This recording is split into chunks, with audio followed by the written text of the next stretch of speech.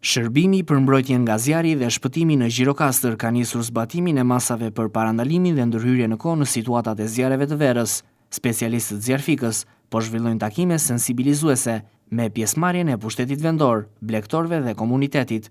Përgjatë tyre apelohet për parandalimin dhe evitimin në kohë të zjarreve të verës në Pyje e Kullota dhe mos përsëritjen e situatave të rënda të vitit të kaluar. Në bashkëpunim me strukturat ligjzbatuese, do të ketë zero tolerancë për zjarret e qëllimshme në Pyje e Kullota, ndërsa autorët e tyre do të përballen me ndëshkime të ashpra ligjore. Vjet patëm një problematik në njësinë administrative të CEPO, po dhe në njësitë e tjera, ku zjarret ishin masive dhe u angazhuan përveç forcave zjarfikse, forca vullnetare dhe ushtria që na erdhi në ndihmë.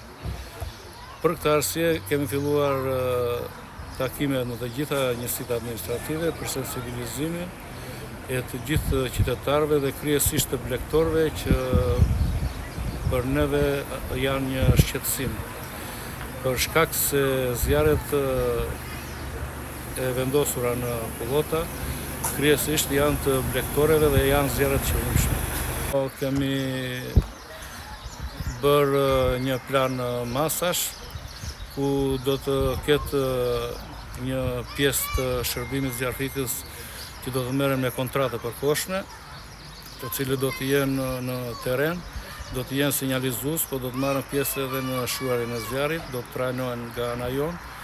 Po kështu kemi dhe shërbime vullnetar që kryesisht janë punonjës të bashkisë që do të trajnohen dhe vazhdojnë trajnohen për marrje pjesë në shuarjen e zjarreve. Diskutim me policinë e shtetit kemi një bashkëpunim shumë të mirë, gjë të cilën u bëm të qartë edhe sot blegtorëve dhe gjithë kryepleqve, që në rast të zjarri me policinë e shtetit kemi një akt marrëveshje që do të na mbështesi në çdo vepër penale që do të ketë në zjarrvënie të qëllimshme.